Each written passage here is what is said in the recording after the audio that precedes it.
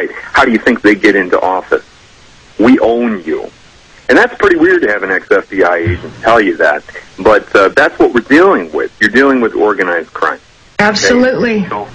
Okay. And so it is a messed up maritime system. You understand that. But what it's going to come down to, regardless, when you strip away all the detail, is the resonance of love, which is basically a truth vibration.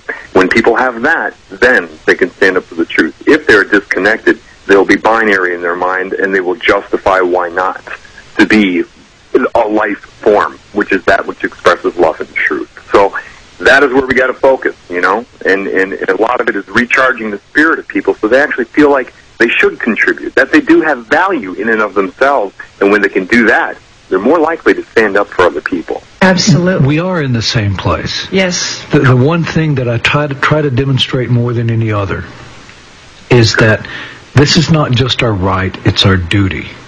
And in doing this duty, we're not out here to harm anyone.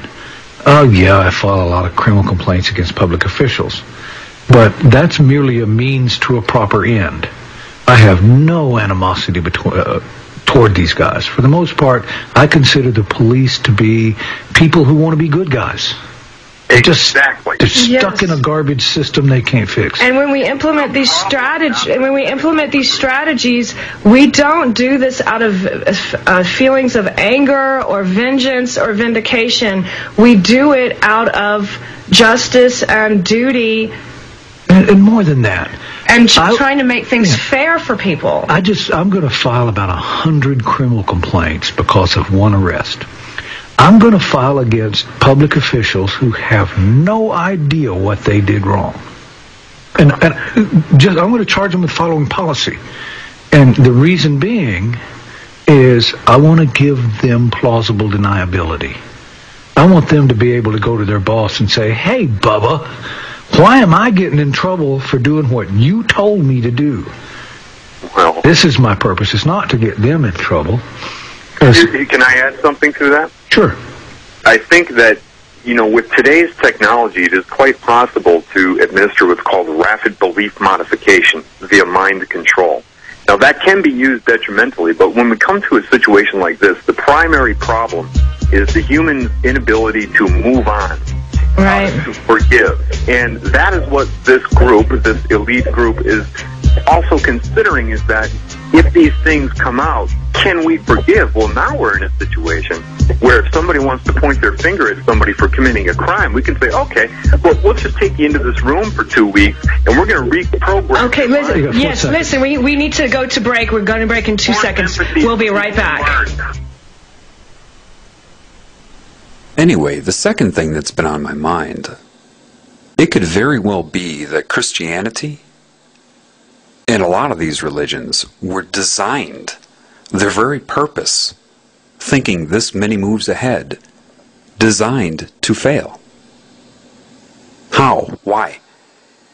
Well, if they steal the teachings of Christ and then create this Jesus deity, this Trinity, which isn't what it was, then point their fingers at themselves like they always do, expose the Babylonian symbolism, the satanic symbolism of the religions they created. They could do that in hopes to make you abandon all Christ's teachings as well, do you see? If you don't know that they stole those teachings, then you'll think that they created those teachings. They expose the deity as symbolism, and then everybody will have their big sigh of relief. Oh, we don't have to be good. We don't have to follow any of that. You see, the ultimate last-ditch attempt to discredit Christ. Why? That opens the door for the New World religion of sorcery, or Satanism, for the utopia. It has to be that, because there's no way these people doing what they're doing could have given the metaphors that Christ gave to create some symbolic deity. The two wouldn't go hand in hand. So, it really, from what I've been learning, what I've seen, they stole his teachings to draw people into both Christianity and Satanism. Then they're going to point the finger at the symbolism of Christianity and other religions so that people release all of the teachings of Christ, thinking it was a fraud, for the final entrapment. It's very important that you stay balanced. Because regardless of what's happening in this reality, you have got to stay you while you speak out about it. All of these things. The primary foundation of what you are is love, and that's what they don't want you to know. And the easiest way to do that is to come in the name of love and slowly tear you away from it, redefine it, to ensnare you in the web.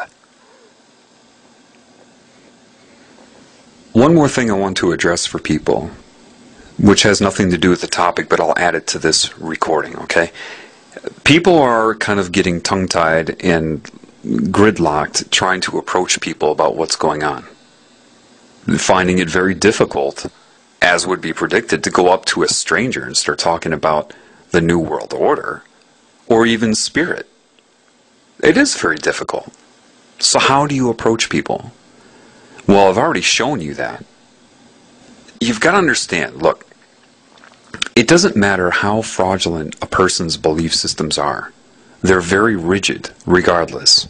If you try to attack somebody's belief system, even if it has been built off of disinformation, you've got to understand their very personality is built off of the disinformation. So if you attack the disinformation right out of the blue, they're going to feel like their very existence and their personality is under attack. Does that make sense to you?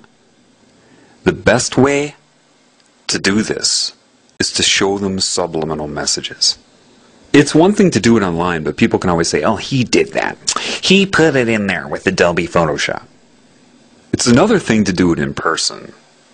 Now, I recently just took a trip all the way through the South, and I went all over the place.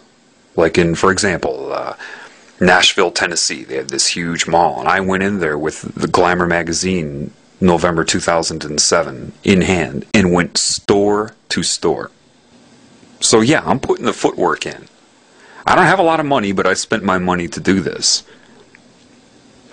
Why would I do that? It didn't matter what store. It could be Banana Republic, a hair salon, Foot Locker. It didn't matter who it was. It's real easy to do. Listen, if any of you have the social skills to communicate where you don't come off as intrusive or imposing on people, you're the people that are needed to wake up. Okay? Because then you're going to be able to approach people in a sincere way and feel comfortable doing it. And that's very, very important. So that's something that I have the ability to do, and I'm doing it. I walk in, all I say is, hey, you want to see something interesting? Now, who doesn't want to see something interesting? I'm not going to come and say, you're all under mind control, the New World Order. Yeah, they're going to look at me like, what? I just say, you want to see something interesting? They say, what? I say, well, I'm just doing a little survey on perception. They say, huh? I say, yeah. And then I just give them a very simplistic understanding. I say, imagine, what I'm looking at is how people's minds are shaped, and I want to test you and see how perceptive you are. What are you able to catch? So now people are competitive. They're interested. Then I go through the conscious mind and subconscious mind thing.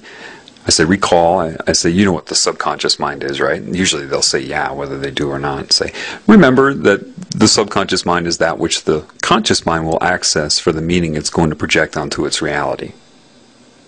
And then I say, well, let me just show you something very basic. And then there's a primary manipulative thing on the cover of that magazine where they have that paragraph-shaped 2 huge 9s